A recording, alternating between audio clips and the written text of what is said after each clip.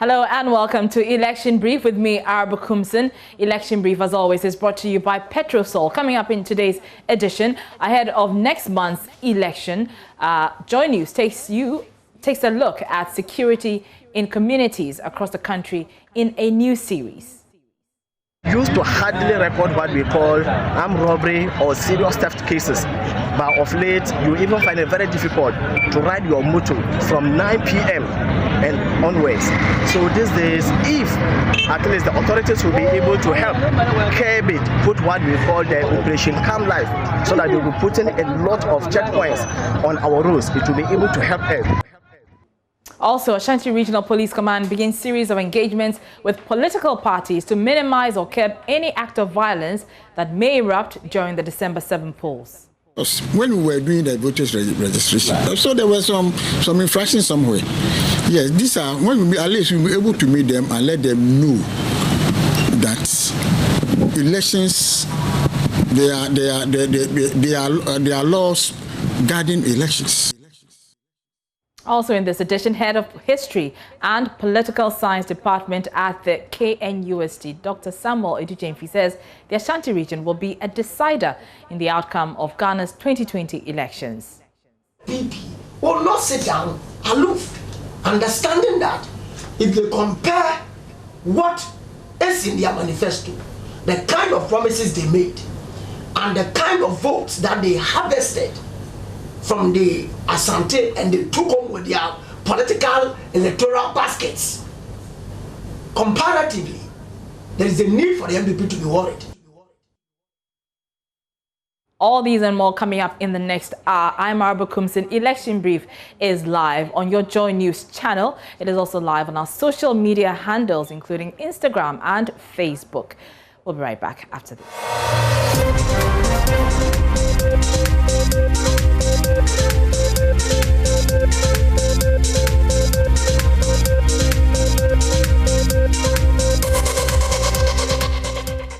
Thanks for staying with us. Now, the Ashanti Regional Police Command has begun a series of engagements with political parties to minimize or curb any act of violence that may erupt during the December 7 polls. The Regional Police Command Commander COP Kwesi Mensah Duku also indicated that he's not perturbed by the number of flashpoints identified in the region. According to him, measures have been put in place to beef up security in areas where violence is likely to occur. In an interview with JoyNews, he vowed to deal ruthlessly with persons who perpetrate violence on voting day. For the past these elections, at least there are some areas in Ashanti region who are classified as hotspot centers. There were not that many. There were many, but were there more than but don't forget that now there are some areas where we have some independent candidates. Right. And we are also guarded by the recent voters registration that was conducted. There were some few skirmishes somewhere. So we factor all of them. That is why maybe numbers might have increased up to this time. But you know, Kumasi and Ashanti region, we know that every police station is a flashpoint area. Every polling station is supposed to be. Yes, but we have some. We have some serious areas that normally we identify as flashpoint areas. That is the 975 that we are.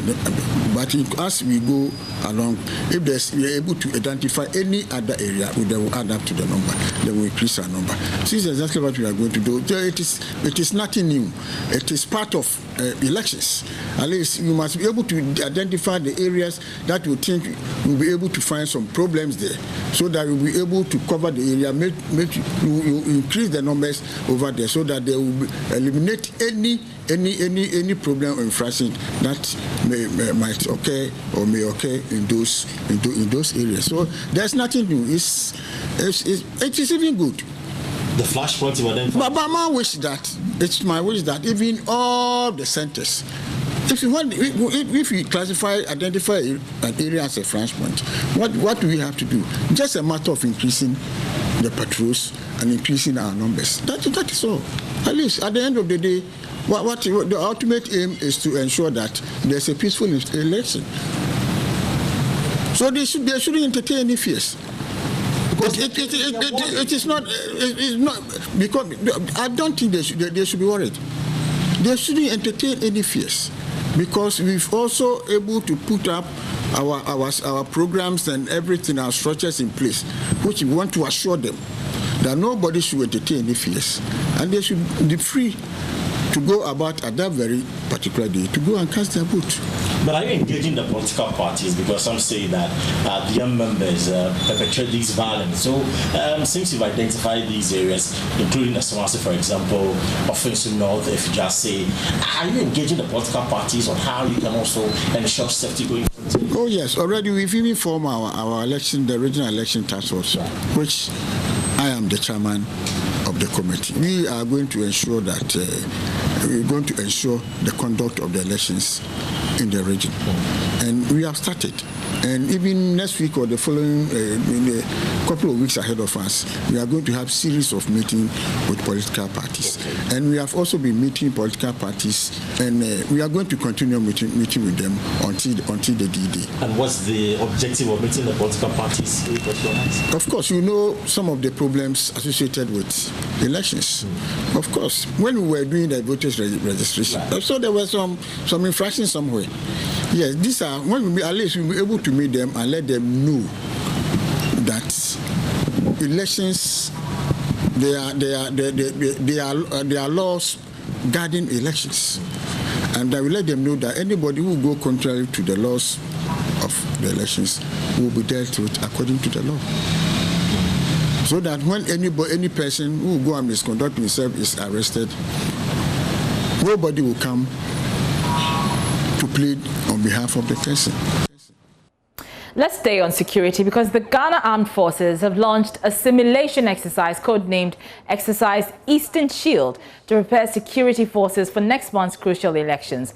The exercise, being led by the military, is in partnership with the police service, fire service, as well as other allied security agencies. General Officer Commanding of the Southern Command of the Ghana Armed Forces, Brigadier General Yeboah, who launched the exercise at the command headquarters in Teshi, explained what this exercise is all about.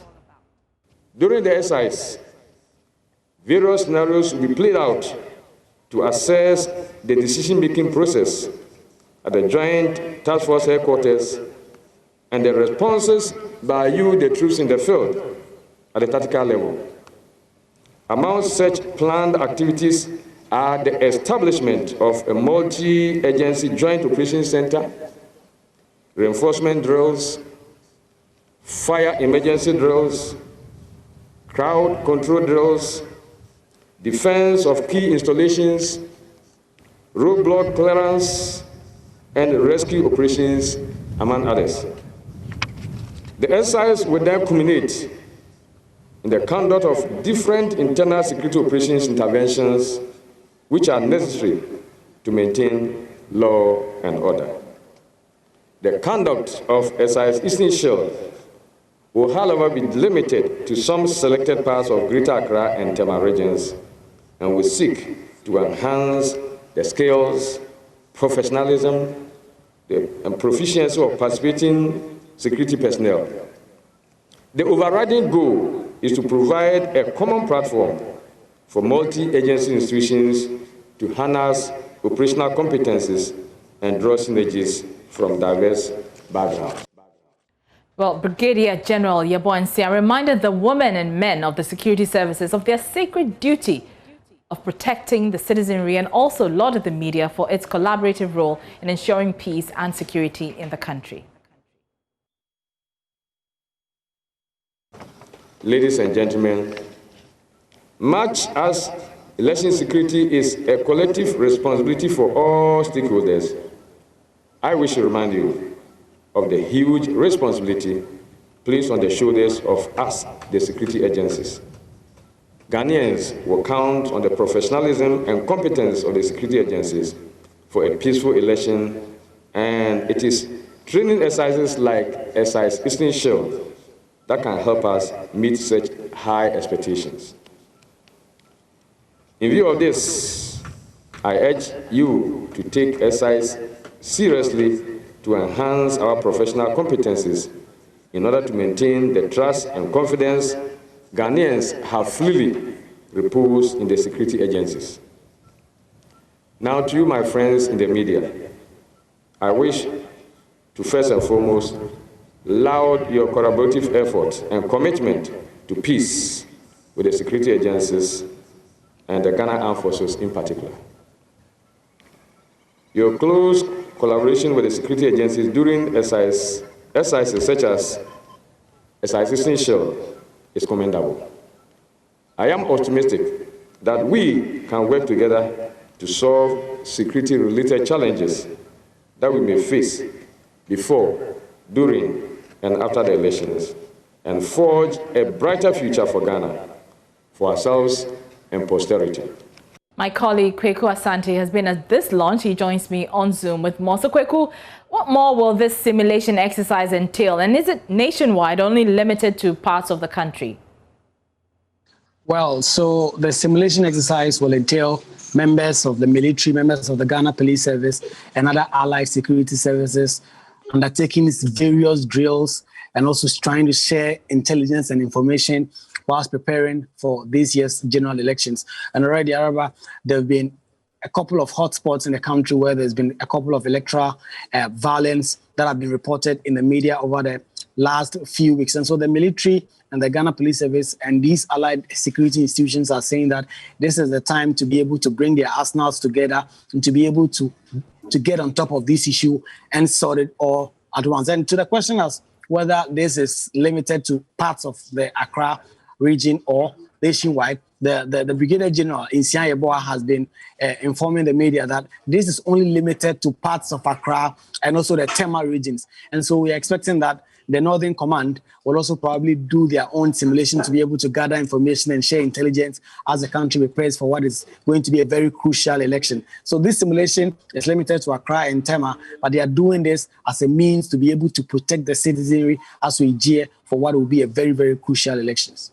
Right, Kweku, and how prepared are the security agencies? We heard the Brigadier General earlier there saying that they are ahead of next month's crucial elections. How prepared are they? Well, so the Brigadier General, for instance, did not want to sound so optimistic, but it seemed that they're on top of some of the issues that have happened over the past few weeks in the lead up to the election, and they've been doing their best to try and resolve some of these issues. And so they've been displaying, for instance, some of the accoutrements, some of the guns they have. They brought in some very big vehicles that they've been showing to the media. And to them, these are some of the things that is showing the kind of preparedness they have ahead of this year's election. And so they're actually warning everyone that intends to cause trouble or cause chaos ahead of the election that if you do have such plans, please do away with it, because if you do and you get caught, the laws will deal with you fairly and squarely. And so for them, they are very prepared. They have all their accoutrements. And a few weeks ago, the police also held their own peace-building march where they announced that over 30,000 policemen and other security members will be distributed alongside the polling stations in the country to be able to protect Ghanaians as they go to vote to elect a president and also to elect members of parliament. All right, many thanks. That was Kweku Asante, my colleague at that simulation exercise earlier today. You're still here on Election Brief. We'll be right back after this break.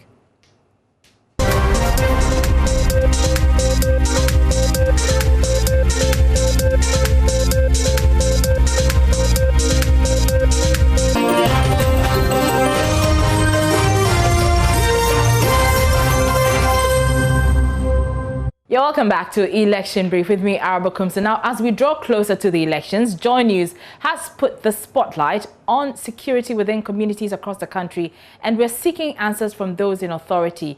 Gifty Ando appears head of our security desk, and she's here to explain the project further. So, first of all, tell us, why did we decide to embark on this project? So, this project is necessary because it gives the Ghanaian residents, who are the voters, the platform to tell these people who are seeking power and to also tell those in authority what they want done as far as security is concerned. We've seen the number of security infractions that we've recorded. We're looking at 6,000 plus hotspots that have been identified by the police. And so some people have said that the media has been exaggerating. Is it the media exaggerating something that is just isolated, or is it the reality of the people every day? Okay. And that's what we want to do with this. We want to So we are shining the light on hotspots in various parts of the country. But how do you determine what a hotspot is? Okay, so speaking of that, shining the light on the hotspots has come up as a big issue with this particular election, and so it's become necessary. But to identify the hotspots, the police has told us what they do is to look at the volatility of crime, or the prevalence of crime. So crime rate is key when it comes to determining what a hotspot is. So it is intertwined, so to speak. You can't take away crime rate and hotspots. They sort of work together. Right. That is key. Apart from that, you're also looking at how security, and we've discussed this here before, about how the security agencies in the communities are strong enough or are resourced enough to deal with some of the issues that come, and how historically they have dealt with the issue, because then it gives people the strength to say we don't feel safe, so we are defending ourselves, or the other side, the strength to say we can go ahead and commit acts of violence because we know we can do so with impunity. Right. So it depends on some of these things, and the police has told us crime is key when it comes to determining what a hotspot is. So we're focusing also on the hotspots and the politicians, their role in making the hotspot an even more dangerous place to cover. What are they doing to make sure that this year we don't record the number of violence, bloody violence over the years that have been recorded. Right, and very quickly, Gifty, one may ask, what are we hoping to achieve at the end of this project? So we're hoping to, first of all, even if you want to take the election aside, to raise this issue about security. Just this morning, Araba, someone has shot himself after shooting another person. And you ask yourself, how this is not America where you can just walk into a shop and buy a gun. Here, there are so many processes you have to go through. So how is someone walking around with a gun in his vehicle?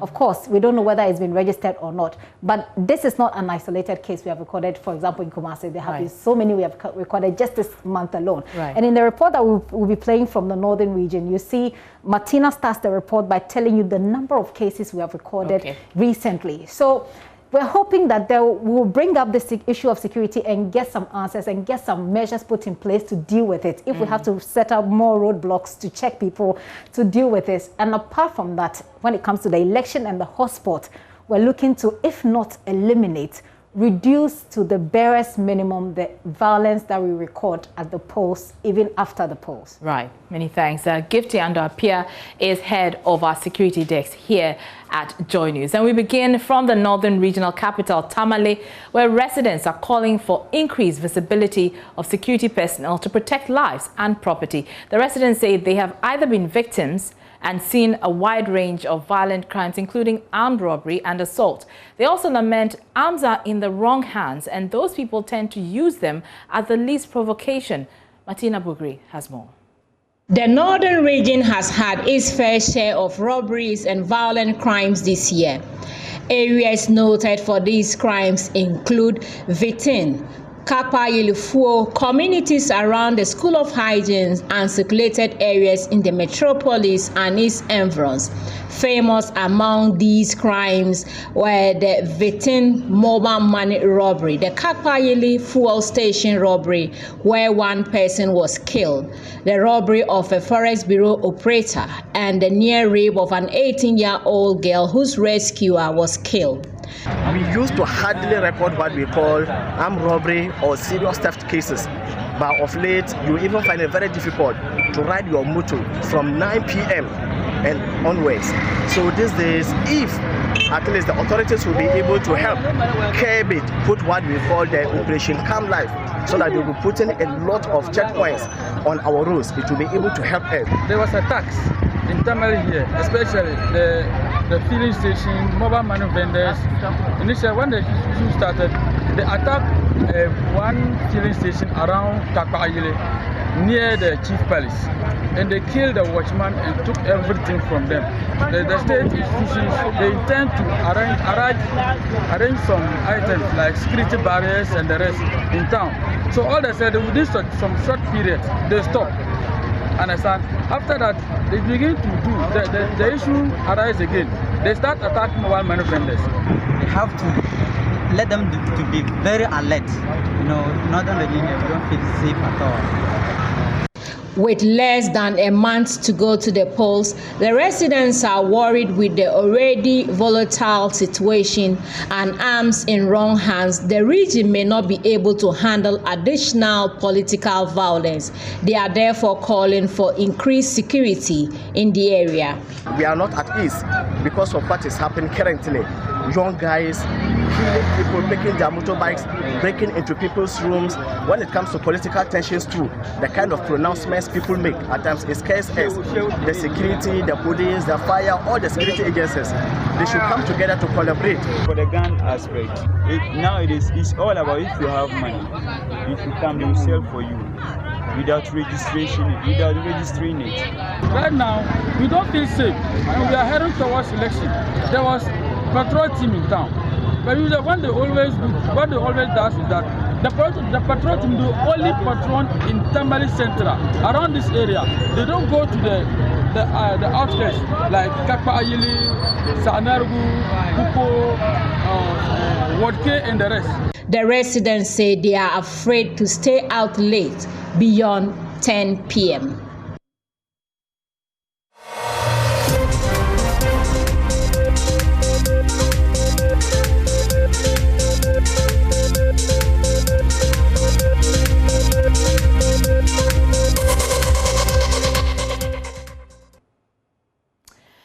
Al-Hassan Tuhini is the MP for Tamale North constituency. He's also the NDC's parliamentary candidate for the upcoming polls. He joins us via Zoom for some discussion on this. Thanks for your time, Mr. Tuhini. So you must have heard your constituents expressing worry about the armed robbery cases, on the rise there.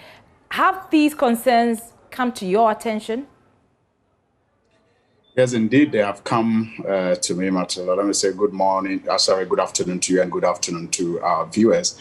They have actually come to me, and many people in the Tamale metropolis are really concerned about the unusual crime that we of late witness in the municipality. And I must say that the security agencies seem to be overwhelmed, even as they do their best. Only a week ago, there was an incident in a community known as Paumo. The matter is still in court, where some police officers were attacked because the community was made to believe that these were criminals. Unfortunately, it turned out that they were sent to carry out, a lawful duty. But because of the fact that people are always on the edge as a result of the increasing levels of crime, they mistook these, officers to be criminals and almost lynched them.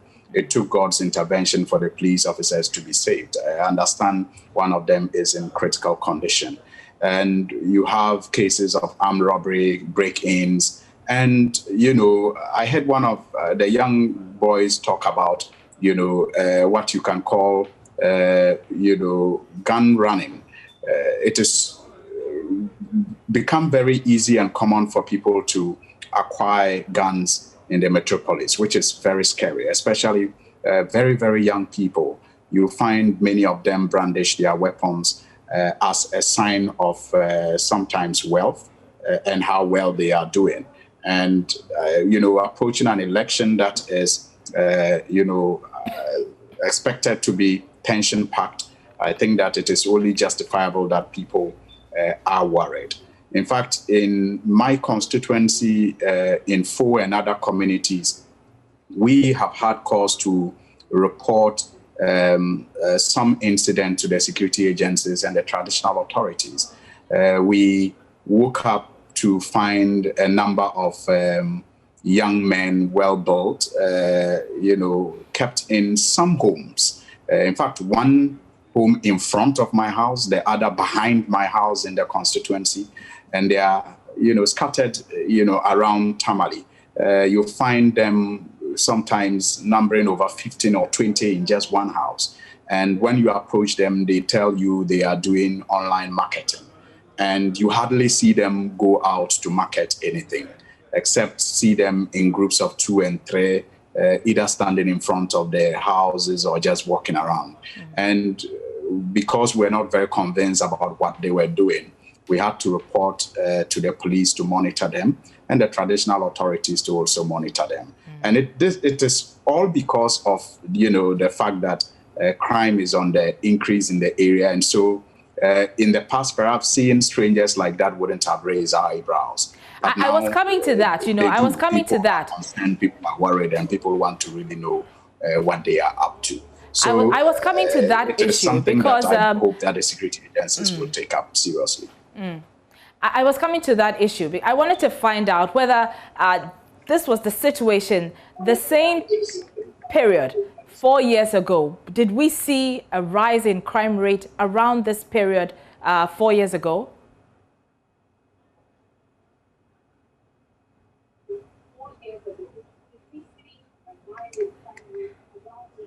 Hello, Mr. Sweeney. Well, I do not have the statistics to compare, but I will be surprised if it was like this.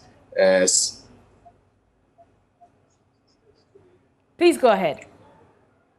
Yes, I'll be very surprised if it is the same, because at least I recall recently I had to visit the family of a young man around the Tishigo area who got gunned down because he attempted to save a girl who was supposed to have been, the girl was going to be raped practically. And when the girl raised the alarm and he came to assist, the rapist ran out and apparently had a gun and shot and killed the young man, unfortunately.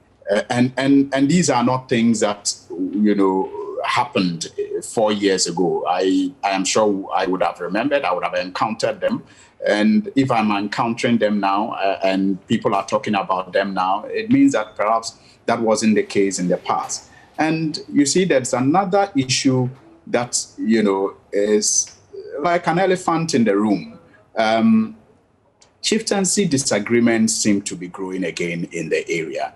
And, the security agencies are aware of this. I have drawn the national security outfit a couple of times to this. And it is as if we are waiting for things to get out of hand and before we will act. But there are a number of hot spots. I mean, not too close to Tamale, but, somehow the people, in these communities interact with the people in Tamale and have families with the people in Tamale. And they are just waiting to explode. I mean, I don't know how the security agencies are dealing with it. I hope that they are taking steps to detonate, some of those chieftaincy concerns, packets of it around the Tamale area so that it does not escalate. But as we speak, that is also a factor that, we must keep our eye on as we approach the elections. Because when tensions are high, all these things just, get ignited as a result of the tension that is related to perhaps elections. So I hope that the security agencies are taking steps to deal with the unusual crime situations that we see in the metropolis, and also the threat of the packets of chieftaincy disagreements around the Tamale metropolis. Right. We'll have to leave it here. Thank you so much for your time. Al-Hassan Suhuyini is MP for Tamale North there. You're still watching Election Brief here on your election headquarters. It's now time to hear from you, the voters, on Voters' Voice. And today we are at the Asafo Market.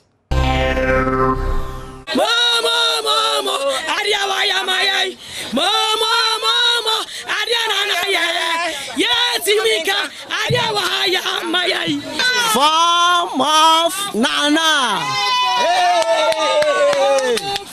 Yes, it's Samuel. Yeah, to us so pa near who be BME.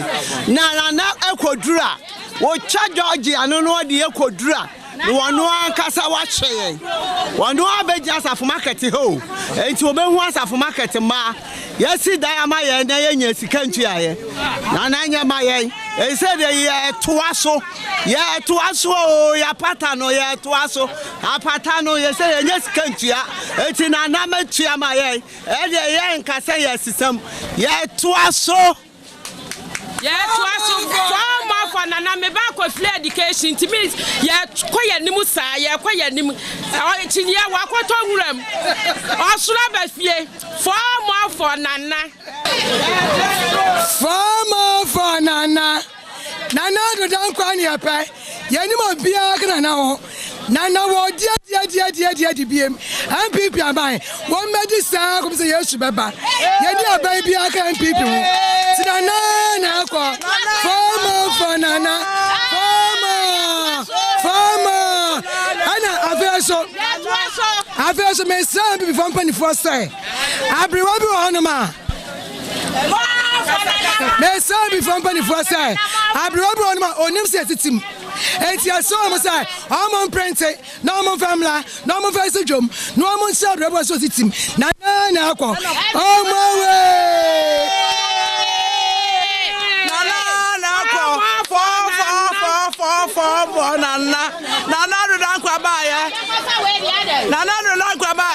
school free, and so I'm so free. Light in your eyes, so they are yet, yeah,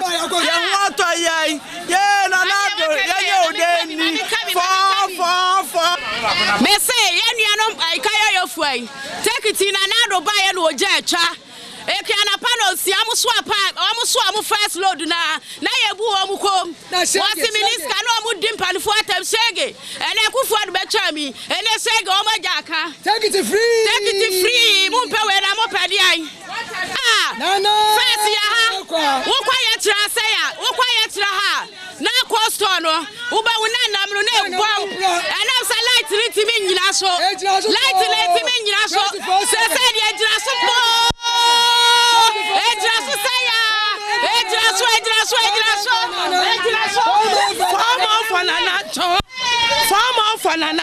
Nana do baye ya wali aso first no and free education ti be ma sole ahomachi na onu no odwane obeba nondu enso enne be ma ne eda ma ne bo no nso ebo anwumre na onu anu asa befie enti nana do de form more for nana ba me ya wali aso nana do ba first no ni ekwo edu secondary school time na ma admission e ma ye ne de ma ko school won be ma enso na not free by ye e ma ne na de ma ni ko school e ma na de ma ni ko school enso na de onu na ekwo farmer fanana farmer to do more ya be free education and poverty free education ya be poverty ati de na ya na ya fuaso ya be to ama no free education ya poverty farmer fanana nana ba ye ya ho atoye ya school akwara no ko school a ya kwani free why bebre enso say ya no so free ya solid free nana de nana ya ne de ya pe no more nana na ekọ nana de ya nyi ya ni free ne so da wono na ekọ na first no manya school ekrampa na omu di bo ha ko agi se wuchia bribe asa na wo ma no ya fa omo enso enne hwe St. Louis ehia fo ma nyina timi kwa enne wo ma ge school abakwara ni di bo no asa wo de ne kwa no ni kakra benya do akototo ne ma na de nyame hira no won hira no na wo trasa wono na ekọ. You're still here on Election Brief. Now, Head of History and Political Science Department at the KNUST, Dr. Samuel Edujemfi, says the Ashanti region will be a decider in the outcome of Ghana's 2020 elections. Although a stronghold of the governing New Patriotic Party, the political scientists observed the NPP could be disadvantaged if the people of the Ashanti decide to vote on issues and not affiliation. Prince Appiah has been gauging the electioneering spree in Ashanti and reports. It is less than a month to the very important day in Ghana's political calendar. As December 7 draws closer, campaigns have intensified and the messages of hope forced down on the electorates. In an interesting turn of events, most of the political parties contesting the general election have been crisscrossing the Ashanti region in the past week, canvassing for votes. Flag bearers and running mates of both the NPP and the NDC have been in the Ashanti region on more than 3 occasions. Other parties like the All People's Party, Great Consolidated People's Party, and the Liberal People's Party have also been busy campaigning in the region. But how will the Ashanti region play out in the December 7 elections? Dr. Samuel Edujemfi is head of History and Political Science Department at the KNUST. In our anticipation to discuss issue voting, if we are, at least from 2016 till now, if the nation is moving toward issue voting, then it will even equally become significant why the NPP will be interested in coming back to Asante. Because they know that Asante will not be excited about the kind of efforts they have put in place, the kind of development, the kind of progress they've made since 11 months getting into elections. And so the NPP will not sit down aloof, understanding that if they compare what is in their manifesto, the kind of promises they made, and the kind of votes that they harvested from the Asante and they took home with their political electoral baskets, comparatively, there is a need for the NPP to be worried, for them to come home and then do house to house, touch base with the people. And so I personally think that, yes, there might not be voter apathy. They will go out and block, sometimes a mass, throng the place to vote, not necessarily because of development, but because I think they have been committed in terms of their campaign. At least, even if they have any message, if they can seize the opportunity to tell the people of Asante what the NDC could not do, that in itself will be good enough, at least to get some message to resonate. You're welcome back. Now, some political experts say the decision by Special Prosecutor Martin AMIDU to walk away from his job may, to some extent, affect the governing New Patriotic Party's electoral fortunes in the December 7 polls. Mr. AMIDU'S resignation has generated widespread public reactions, and he's alleged that President Akufo-Addo was interfering in the performance of his duty following the corruption risk assessment he conducted on the controversial Ijapa royalties transaction. So how will this development impact on the electoral fortunes of the NPP? Political analyst Dr. Kobi Mensah will join us shortly for this discussion. But first, here is a report chronicling Mr. AMIDU'S work since he assumed the... All right, so we'll get to that report later, but we have Dr. Kobi Mensah on the line. Dr. Mensah, good afternoon to you and thanks for joining us. Good afternoon. Thanks for having me. If you can please speak up a little bit. Sure. I'm curious to know, what was your reaction when you first heard that Mr. AMIDU had resigned? I think that, firstly, I'm sure, like most Ghanaians, I was rather taken aback, from the resignation of the OSP. Now, obviously, the reasons why he resigned, he ascribes to it.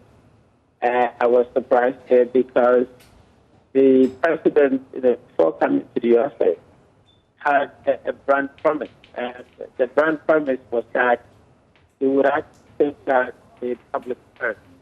Now, that brand promise actually, was undertaken by the president, if you like, brand value of incorruptibility. Now, over the years, as the president assumed office, events have actually sort of, hit hard on that particular, brand value of incorruptibility. And I was wondering whether, if you ask the Ghanaian public, they would have, same kind of, perception that they used to have of the president, prior to resuming office. So I think It is quite unfortunate because we voted for president on that particular value, but over the years it looks like events upon events have actually come to suggest that he's not actually fulfilling that particular promise that he actually gave to Ghanaians, hence the voters. So, I mean, if it was in commercial marketing, you would say that if you buy a product and it doesn't actually fulfill the promise, you would have to return it. Obviously, this is politics. Of course, it takes time, for you to make a decision, but I think the president hadn't actually fulfilled the promise that he actually gave the Ghanaians. Right, but what signals does this send politically? I mean, we've heard from the likes of the IDEC Executive Director, Dr. Emmanuel Kwete, who says this will put a dent on his anti-corruption agenda and perhaps make him lose some votes in the upcoming polls. Do you share that belief? Of course, that's true. As I said, the incorruptibility tax, that the president actually, ascribed to, was believed by both Ghanaians. And I'm sure that was the differential between him, and the former president going to the 2016 election. Now, people have actually, trusted that narrative, and as such, they had actually voted for him, on that basis. Over the years, as I said, we remember Jan Pechi's, infamous, president in my pocket, kind of comment. The president himself actually reported the case this week, and I'm hoping that the police will investigate. We still haven't had any report from the police about the said investigation, and I'm not sure the president has actually followed suit. Of course, we have, the issue about the gallant saying, which, the investigative journalist actually put out.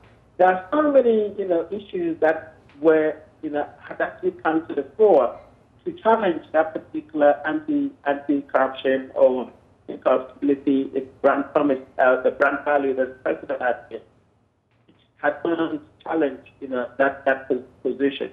I think that, it is not, in a good case because we as Ghanaians actually voted for him on that particular score. So it looks like the president has actually failed us on that particular, anti-corruption, kind of time. Is it possible for him to bounce back from this? You say that a lot of people are disappointed because he campaigned on the issue of corruption or anti-corruption in 2016. So is it possible to bounce back from such an incident, such a scandal, if you may? Well, we have barely, 20 days to the election. Obviously, if the president could, show or demonstrate his commitment, to his own brand value, then of course he has to do that, because currently I don't think that if you ask Ghanaians, they would agree with you that the president has actually been committed to the particular, values that he actually gave us. Now, judging by what the OSP actually put out, of course we're yet to hear what the president has to say. Now, if what the OSP had actually put out is the case, and if it somehow the president is not able to put out the narrative that could actually, convincingly counter what the OSP actually put out, then I'm sure that a lot more people would agree that perhaps, he hadn't actually fulfilled his part of the budget. Because if you look at the proposition that was given Ghanaians, clearly the anti-corruption, was a big part of why Ghanaians thought that he was better than the former president, John Mahama. Obviously, it hadn't actually turned out to be the case. All right. The MPP in 2016 actually made a case that was corrupt. But of course, they haven't actually come out cleaner than, what they said about the former president. Very well. So I think that if the president is not able to convince Ghanaians that he is not corrupt, then of course, we would have to actually make our own judgment, independently, come 2020 elections. But I would say that the president has failed on that front. All right. Many thanks for your time and your thoughts on those issues. That's a political analyst there, Dr. Kobi Mensah there. Now, national organizer of the NPP, Sami Uku, is admonishing his party members and communicators to stick to issue-based campaigns in this year's election. He says the two major political parties, that's the NPP and the NDC, have had the opportunity to govern under the Fourth Republic. Thus, their performance will be the deciding factor. Sami Uku hinted that even though the NDC had the opportunity to govern for 16 years, they have very little to show in terms of transformational leadership and development. Speaking at the campaign launch of the new patriotic party New Durban North constituency, Sami said the NPP is credited with major development policies and projects under the Fourth Republic. He urged the New Durban North constituent to support the NPP parliamentary candidate Nana J. Boateng to maximize the party's vote within the constituency. Sami Uku made mockery of the NDC parliamentary candidate for the New Durban North constituency, saying that the candidate cannot help any single person within the constituency, to which he do not have any connections. You know, connections in this candidate.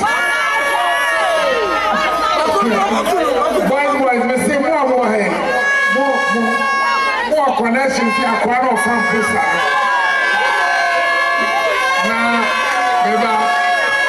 Canton Cassini now as the camp Papana. I probably and mother of the New yeah, campaign where you could be at a move.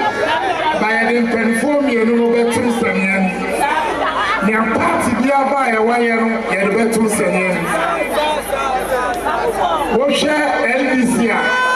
She say if you rock a dynamic in 1992. Of my Ghana for 16 years. NPP so ya betina Ghana so okabo mo 12 years. As you put to do me bia ba Ghana for abrabo NPP for na deba. New Patriotic Party parliamentary candidate for New Durban North constituency, who doubled as Deputy Minister of Local Government and Rural Development, Nana J. Boateng hinted the NPP government has been very faithful to the constituents of New Durban North by bringing development to them. He indicated that their next term will facilitate more employment opportunities for the youth, among others. Work on or focus on the youth and look at some of the challenges that the youth have and see what we can do to address some of those challenges. The first major issue is that of unemployment. And that would mean that we need to create some opportunities for the youth. Creating some opportunities for the youth will require that we do some, engage some people so that we can also replicate the 1D, 1Fs which are happening as well. Well, that's all time will allow us for today. That's our show for today. My name is Arba Kumsi. Remember, Election Brief is always brought to you by Petrosol. Coming up at 3 p.m. is Gifty Ando-Apia with The Pulse. Enjoy the rest of our programming.